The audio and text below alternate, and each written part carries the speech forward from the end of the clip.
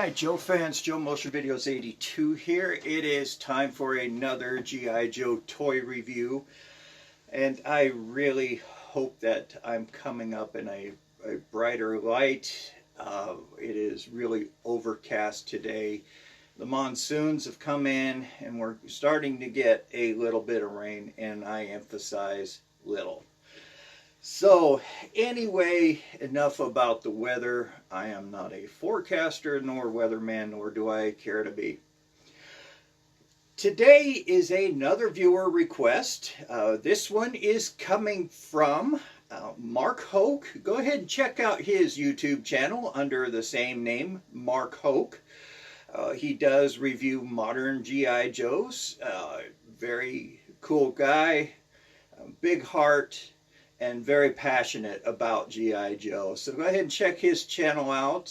He's been doing it for a while now, and just an all-around really nice guy. It's a privilege calling him a friend. So Mark, here you go, buddy. This is all for you, Hokester. We are looking at the 1985 Crimson Twins, also known as the Crimson Guard Commanders, Tomax and Xamot. You know, from 1982 to 85, Joe has had it easy. Then it started to get real hard because Cobra hired the two new evil twin brothers, the leaders of the Crimson Guard. I love that commercial. That jingle is stuck in my mind ever since then. I paraphrased the very beginning of that. It says, Joe has had it easy. Now it's going to get real hard. I had to throw 1982 in there. So, the Crimson Guard Commanders. What can I say about these guys outside of them being simply awesome? 1985 is known as the golden year with a lot of collectors. Why?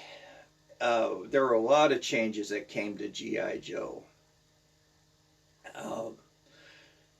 Some very pivotal changes that have stayed with G.I. Joe ever since, and that is the ball-jointed neck.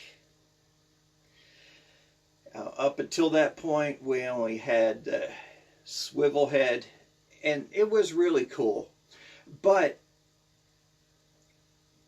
Hasbro was the first, to my knowledge anyway, to give action figures a ball-jointed neck. And it was really cool. It gave you just that little bit more articulation, a little more realistic play. For me, the big one was the swivel arm battle grip. Up until that time, the action figures, you know, they just had the straight arm, bend at the elbow kind of thing. And you couldn't get them to hold their weapons in a realistic pose. You know, the arm was either straight out, or most of the time we just had their elbow cocked back to hold their weapon in closer. Excuse me, allergies are buzzing today. So the swivel arm battle grip gave us that more realistic pose, and to me, that was everything. But the swivel head, you know, it gave us that little je ne sais quoi for the action figures. And the very first time I saw the swivel head was when John came over to my house, and he brought barbecue with him. I looked at it, whoa! Their heads move up and down. He said, yeah. He said, that's something new. It just came out. And I was like, wow. I was just smitten by it. I really thought that was the cool thing. And G.I. Joe, the vintage line, or the vintage style, I should say, it kept it up until the modern line before they really started giving them a bunch of different points of articulation. That was it. That's all they could do with the 3 3/4 inch, and that was fine with me. it really made those action figures pop in a way. Also, 85 brought us a bunch of nice new bigger play sets. Actually, it brought us the largest play set in US history, or in toy history I should say, not just US, because people around the world have it. It is the 85 USS Flag. 7 feet long, like 3 feet wide, maybe 2 feet. USS Flag. I just don't have room for it. But it was suggested that I buy it piece by piece. That I may do further down the line, but I have bigger plans for the future for right now. So I'm not going to be purchasing a USS Flag. But that was a very good idea. Thank you. That also brought us that year.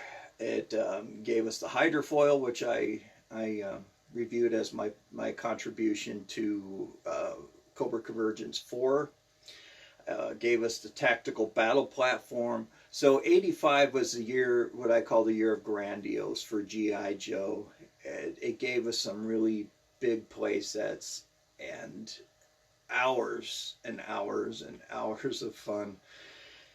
So when the Crimson Guard came out, I just had to have one. I remember spending the night with John on a Friday night. We were still in school, and we went to like 3 or 4 different stores looking for Tomax and Xamot and couldn't find it. Couldn't find them. And he ended up settling on, I don't know, somebody just, who was it? It is some real insignificant. I think Snake Eyes version 2. No, not insignificant. Far more superior than the Crimson Guard commanders. So yeah, he got them, and I ended up, who did I end up buying that day?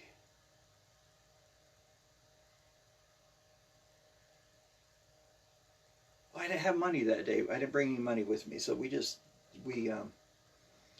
got that, and his mom bought us some balsa wood gliders so that we could play with those as well. But anyway, that night we had a lot of fun with Snake Eyes. Excuse me. And the tactical battle platform. Yeah, it was just a really cool evening. So before I further get into that, I want to apologize for not having this video up yesterday. I was at work, and it got a little too busy for me to shoot a quick video to let you guys know where I was. I was gone from 6 a.m. to 6 p.m. So by the time I got home, I was just dead tired. I wanted to go to bed. But I digress. So we had a great time that evening, and like the next weekend, he ended up getting the Crimson Twins, and we played with them all weekend long. What I really liked the most about them was the packaging. It was, I think, if you know any differently, the first retail G.I. Joes that came out in a multi-pack. And the packaging for these guys was just genius. After I bought them a few months later, I saved the packaging, and I just couldn't stop looking at it. It was just that amazing. I mean, even to this day, you know, I think I would spend upwards of $30 just for the package itself complete. So let me pull the pictures up for you. I apologize for them being grainy. I downloaded them from yojo.com. So let's go ahead and take a look at that real quick.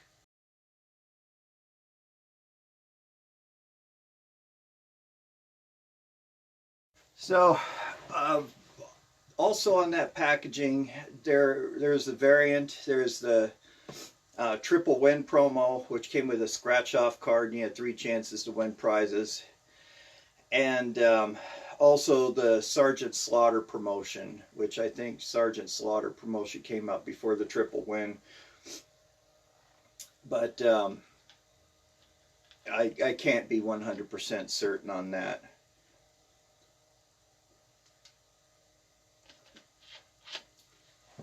But these guys are pretty popular. Even to this day, they're popular.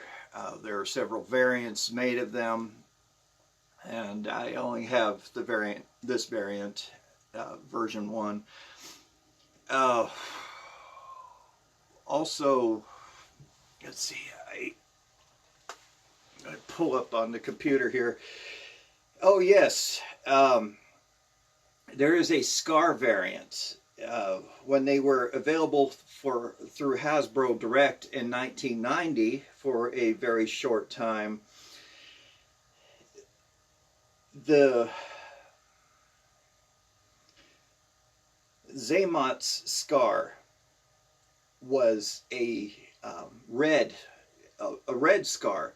So if you come across him with a red scar, hold on to it. That is the Hasbro Direct. It's a little more rare. So definitely cling to that. If you have one with the pink scar, that is... Oh, hold on, my screen is starting to wink out here. There we go. If you have one with the pink scar, that is the retail release. So these are mine from my childhood. I've had them all this time, and I'm really surprised at the condition that they're in. They're pretty decent condition given the amount of play time that they've had. So enough being said on all that, let's go ahead and take a look at these guys. Been excited to do this review. I was just looking for the opportune time, and since Mark asked to review these, here they are. This is for you, Mark. Alrighty, so here they are in all their awesomeness. Oh, I had forgotten which one was Tomax, which one was Xamot, and I found that out on yojo.com. Tomax has the shoulder guard there on his right shoulder. So there is Tomax. So looking at these guys, very, very cool. They each came with this huge laser pistol. The same pistol for both of them, so I'm only showing you one example. Pretty nice. I mean, it's big. It's scoped. Just some very nice detail on it for it being 1985. There we go. Let's give it a little more light here. And they came with this sky hook. This is one accessory that we'd never played with, and I know personally I never played with it. And it came with a length of string. So they had to give these guys a little something extra for the price. The original retail price was $4.49 on these. and retail price on a single action figure was $2.99. So let's go ahead and look at Tomax here. You got some paint wear on him. You know, the silver paint really wasn't all that reliable.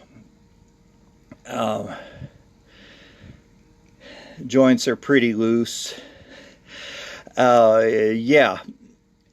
So he's clad in cobra blue. He has these silver armored boots with some knee pads. Pretty cool. They're textured. And the red texturing goes down to his feet. He has a stiletto on his left boot. And this is also shaped like cobras. Pretty nice. And they textured it to give it the appearance of the underbelly of a cobra. As a pistol sculpted onto his right leg, still in that textured pattern. Silver belt with a armored cod piece. It goes all the way around, sleeveless, and this nice red sash. And they have this weird shoulder armor.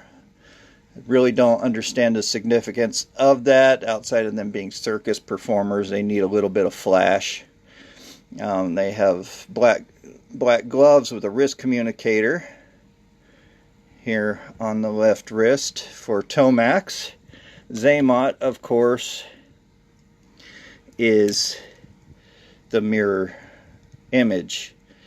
So he has the communicator on his right wrist, stiletto on his right leg, pistol left leg. And that is pretty cool of them. Very creative of Hasbro to come up with that design and the backstory. At least on my version, Xamot, you have a little bit of sculpting there, a little texturing on his hair, but their hair is parted on opposite directions. How did they decide who's going to part their hair where? Probably a little bit of sibling rivalry, and that's probably how he ended up with this pink scar on his cheek. I'm parting on the right. No, I'm parting on the left. Slash, you know. Who knows? Then he would have felt it too. Kind of like the Corsican brothers. One felt the other's pain. So if you could see that, it's a pink scar. Pretty cool. I like a figure with that extra bit of flash on them. The Cobra sigils starting to rub off a little bit on Tomax. Xamot, it still looks pretty pristine. Alrighty. Oh, there you have it. And the action figures themselves. I don't know if you guys saw the Corsican brothers, the Cheech and Chong version of risque for its time. Very funny. One brother felt the other's pain, but the brother that the pain was being inflicted on couldn't feel it. So they had a lot of fun playing with that idea. So there have been numerous research studies on twins, whether or not they do sense each other's pain, emotion, anything like that. There is no proof of that psychic connection. If anything, it goes on intuition at best.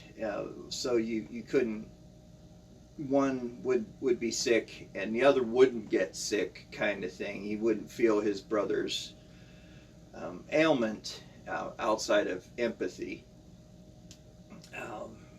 And I saw that firsthand. I worked with the twin brothers, and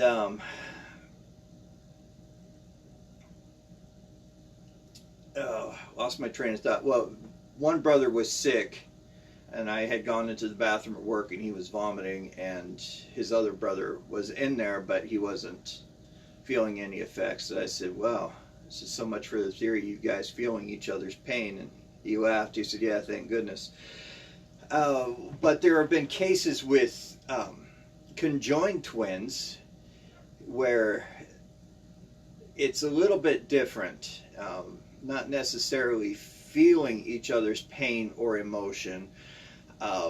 There was one famous set of twins, hence the term Siamese twins. These guys were Asian from Siam. They had both married different women.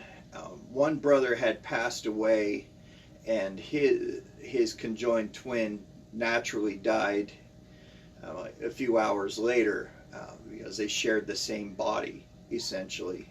Different heads, spinal cord, heart, but a lot of their organs were shared. So yes, one's going to die, the other one, it's inevitable. And just imagine the grief of losing your brother and knowing, hey, I'm going to die here pretty quick too.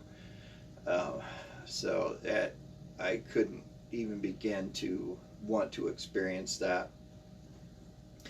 There's a more famous set of twins. I wish I could remember these girls' names, but or conjoined twins, I should say.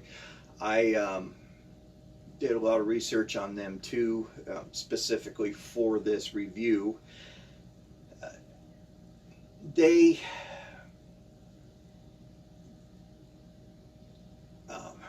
are pretty much joined right down the middle. They have separate heads, spinal cord, heart. Most of their organs are separate. One head works the left side of the body, the other one works the right side of the body. They both have different degrees of education, meaning they have different courses of study. One's a school teacher. I can't remember what her sister does, but it was neat watching them drive. As one operates the gas, the other one does the brake.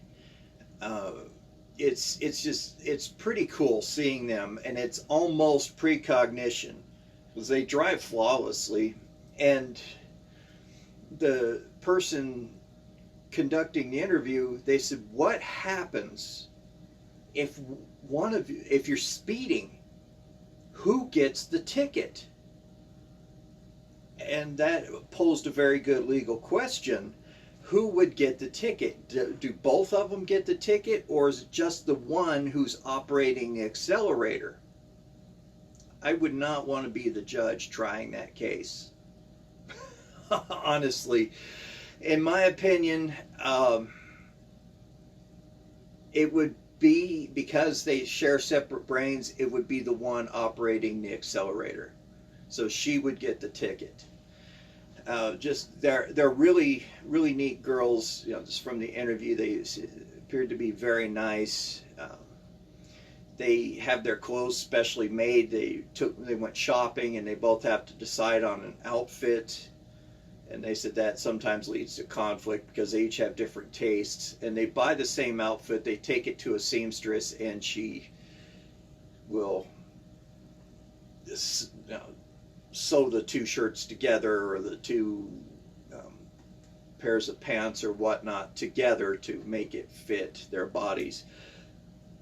And it's just been really neat. And just throughout the centuries, there have been research done with twins, and they all come to the same conclusion, that they are two individuals and they do not share the same mind. But in the cartoon, it portrayed Tomax and Xamot finishing each other's sentences, which people who are close, my parents finished each other's sentences. I remember doing that with my ex-wife. Just, you know each other so well that intuition is there. My mother and I even finish each other's sentences or come up with the same idea at the same time. It's just that bond. But in the cartoon, or even in the comic, it showed Tomax and Xamot having that empathetic bond, psychic connection, where they felt each other's pain. So you hit one, both are going to fall, and that was pretty cool. showing that, and the way they spoke, after a while, it kind of bugged me. One would start, the other one speaking, and we would complete each other's sentences. And it was cool at first. So all that being said, let's get into the file card. I do not have the file card. I apologize, so I'm getting it off of yojo.com, and it reads as follows. File name classified. Birthplace, an island in the Mediterranean. Primary specialty, infiltration, espionage, sabotage, propaganda, and corporate law. And it says, spell the name Tomax in capital letters and hold it up to a mirror, which I did when I was a kid, and I thought it was pretty cool. It reads Xamot. The same holds true for the actual brothers. Each is the mirror image of the other, except for a scar on Xamot's face. Both twins served with the Foreign Legion Paris and Algeria before the officers' putsch. They honed their mercenary skills in the bush wars of Africa and South Africa, so these guys do have military training. They were too smart to be soldiers forever. Went to Zurich and became bankers. Too smart to be soldiers forever. I kind of resent that. A lot of our military around the world are very intelligent people, and they are career. So hence forever. Yeah, I don't like that part of the file card, but that's okay. They quickly found the ins and outs of international finance to be haphazard for their tastes. So these guys like things to be in a very orderly manner. They preferred a situation they could control. Who doesn't? We're human beings. We like to be in control. Cobra was willing to give them access to that control. Now they command legions, but their legions wear three-piece suits and fight their battles in executive boardrooms. I wonder if they served with a specific individual who is now holding a high office. But their legions were, I already read that, pardon me, I don't have my contacts on. These are the most fearsome of the Cobra adversaries. They don't fight with steel and claw, backed with muscle and honest sweat. They chase you with paper, wound you with their laws, and kill you with money you loan them. So imagine, you guys, one of you loans me $5, and I turn around and make $5 million off of it, and I rub that in your face. Oh, here's your $5 back. Wouldn't that just suck? Would you not like me after that? I would say so. I wouldn't like me. I wouldn't do that. That's just wrong. I would get you in on it and give you a piece of it. So, Tomax and Xamot, they were on the shelves until 1990, and they were discontinued, but you could buy them again. No, I'm sorry, they were until 1987, but 1990 they came out again for Hasbro Direct. They sent Xamot out with a red scar. That's the way to determine that you have Hasbro Direct or not. So if you happen to have some that you bought on the aftermarket and it has the red scar, hold on to it. That is Hasbro Direct. Also, look out for their gun. It was used again for modern action figures. Some of the more modern Alley Vipers came with that gun. It's in a matte finish. The modern version is matte. The vintage is a gloss finish. So if you're wanting to complete your vintage line and you need to buy the guns, look for that. That's pretty important. If you can't tell in the picture, ask questions. Ask them if it's matte finish or if it's a gloss finish. So that's something to help you out with. I actually have an Alley Viper that came with that gun. He is buried in a box. I had to make room. So it's hard to show up on camera, but it is a matte finish. It's very distinguished. You can easily distinguish between the two. Alrighty, so it's time for my favorite segment, Byron's Gripes. And if you're just joining and you have not sat through a segment of Byron's Gripes, I only use eBay as a reference point just for the convenience of it. I do not do it to pick on eBay nor the sellers. It's just for the mere convenience. There are a few vintage Tomax and Xamot out there. So here we go. Here are the prices. You want a complete set? No file card, $29.99. Not bad at all. You want mint on card?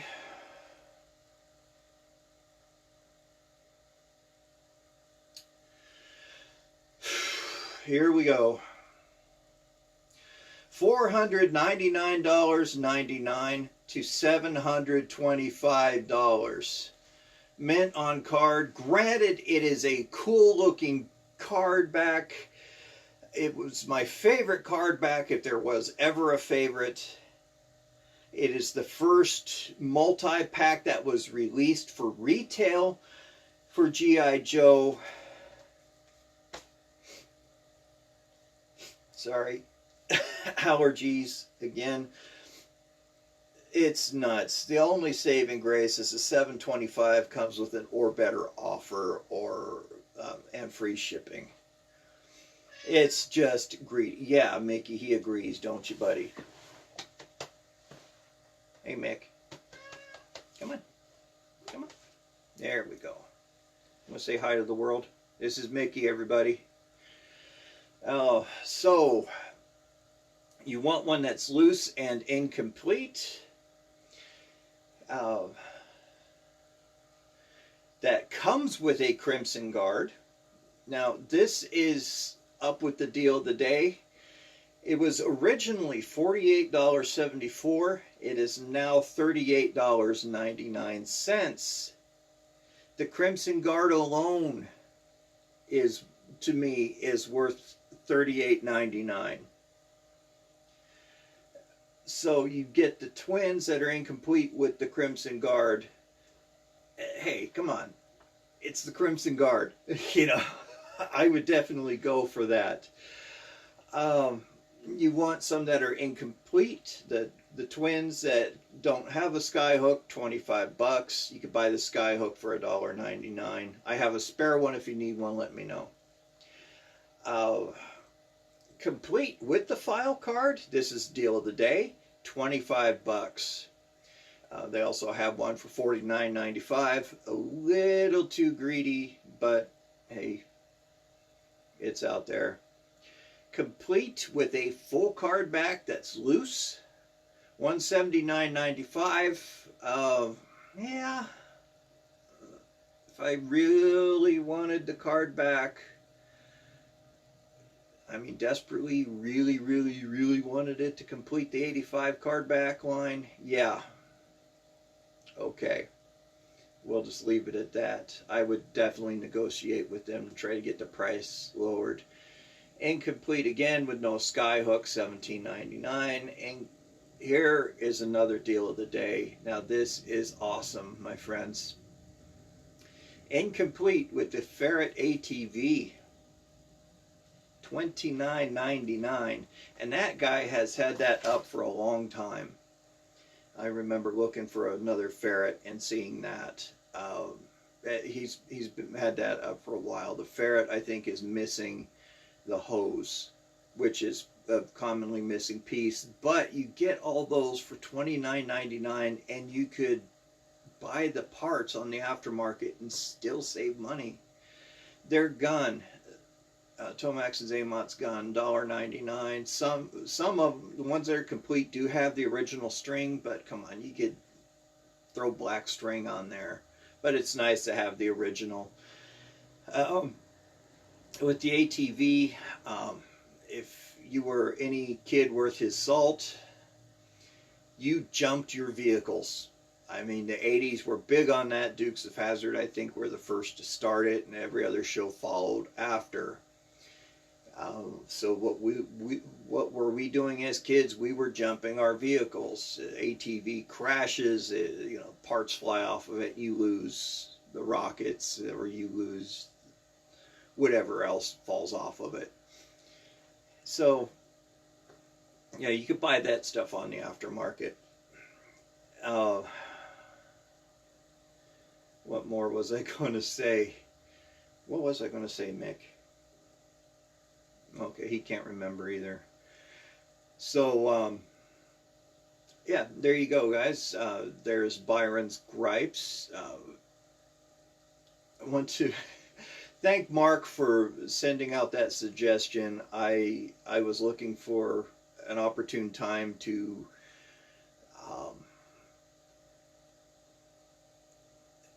review these guys, and this was perfect. If you do have a request, please let me know down in the comments or shoot me an email. My email address is down in the description as well. An action figure, a play set, or a vehicle, if I have it and it's complete, I will review it. So be more than happy to do that. My review schedule is not a set schedule. If something comes up that's better, I will review it. Or a lot of times I don't know what I'm doing until a few days or even the night before, sometimes that morning. And I'll pull something up and review it. It's just very fluid. It's just who I am.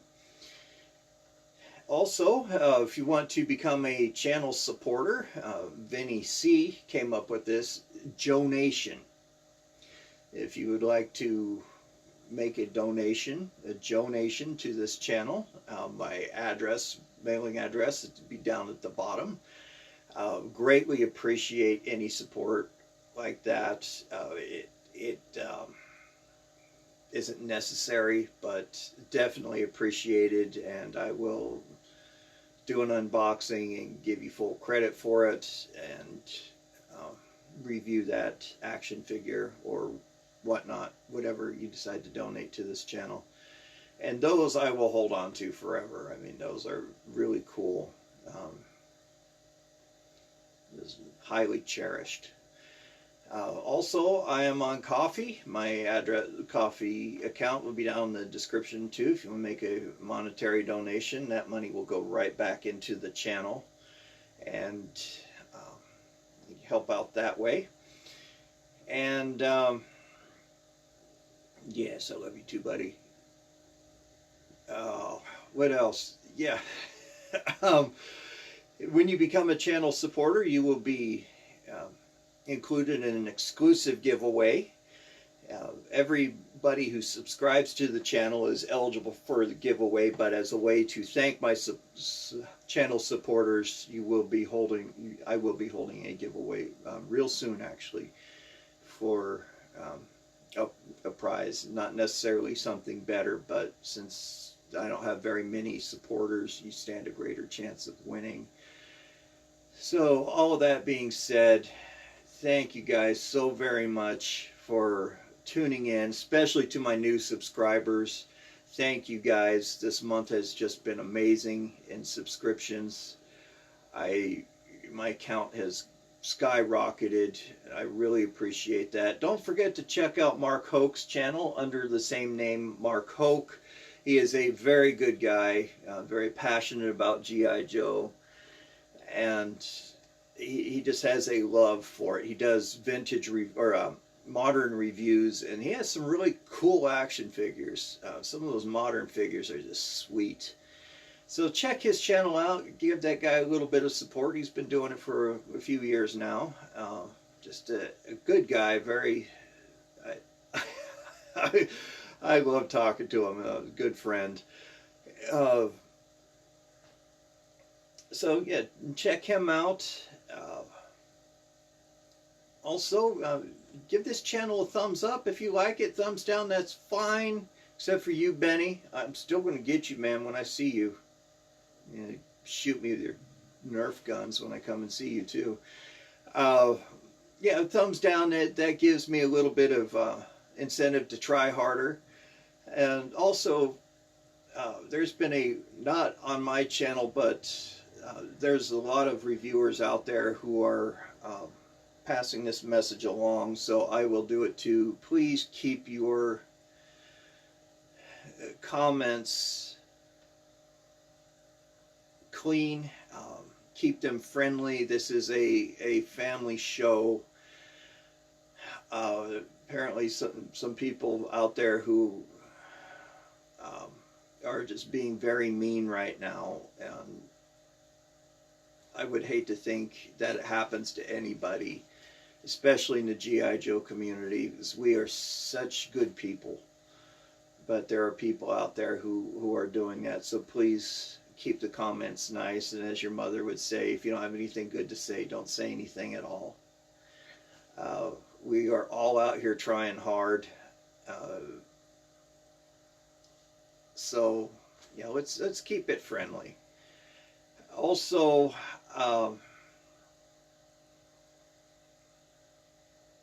don't forget to, I'm sorry,